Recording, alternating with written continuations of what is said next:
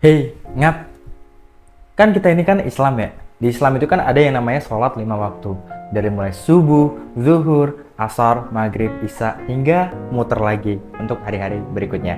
Sampai dengan dimana kita benar-benar udah dijemput sama Allah.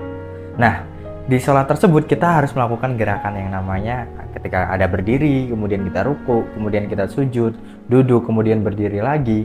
Ya, seperti itulah ya intinya. Nah, kita rajin tuh melakukannya dalam hari-harinya.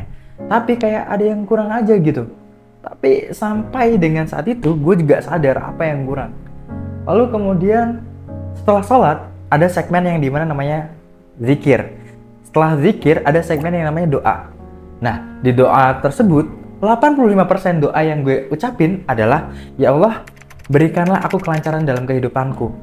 Berikanlah, limpahkanlah rezeki terhadapku dan juga keluargaku, dan berikanlah keselamatan. 85% rata-rata berhubungan, berketerkaitan dengan keduniaan. Wow. Lalu kemudian lebih keren lagi nih, ketika kita lagi ada di fase down atau lagi drop, lagi depresi, kemudian kita ngelakuin sholat. Nah, di sholat tersebut kita merasa kayak sedih, bahkan bisa nangis. Tapi kita belum tentu tahu pasti apakah itu karena kita dekat sama Allah atau itu karena kita lagi sedih aja gitu. Ya lagi meratapi diri. Jadi ibaratnya ya tanpa lu melakuin sholat, ketika lu emang bener-bener lagi sedih, kemudian lu ketemu tempat yang sunyi, senyap, ya bakal nangis gitu. Nah, disitulah yang membuat gue jadi ragu. Ketika gue sholat saat keadaan gue lagi down, apakah itu benar-benar gue lagi komunikasi sama Allah atau emang karena gue lagi sedih aja gitu. Kita sholat nih, tapi kita ingin ada balasan langsung. Jadi kita sholat karena kita pengen Allah kasih sesuatu kepada kita secara langsung, secara duniawi gitu.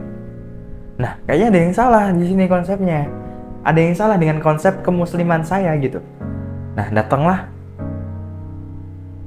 awal 2022. Gue makin menyadari bahwa selama ini gerakan gue yang gue lakuin, sholat yang gue lakuin itu adalah semua kosong gitu, hampa, sunyi.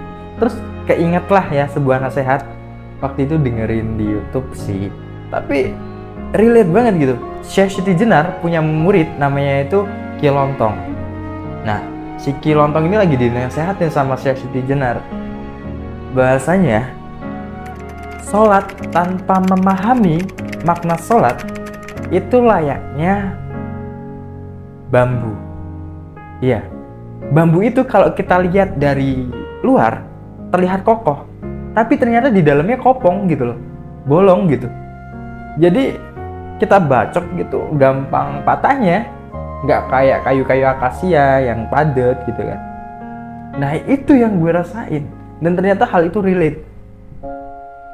Ternyata gue masih ngelakuin ibadah, yang mana ibadah itu karena gue butuh atau mengharapkan pamrih, dan itu salahnya ternyata. Oke lah, kita menjalankan syariat dengan kita sholat 5 waktu ya.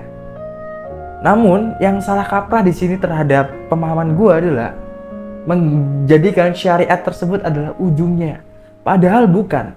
Syariat tersebut adalah bisa kita sebut jembatan untuk kita berkomunikasi atau bertemu dengan sampai dengan puncaknya atau ujung daripada apa yang kita sebenarnya jadikan tujuan dalam kehidupan, yaitu kita bisa bertemu Allah. Nah, kalau lu gimana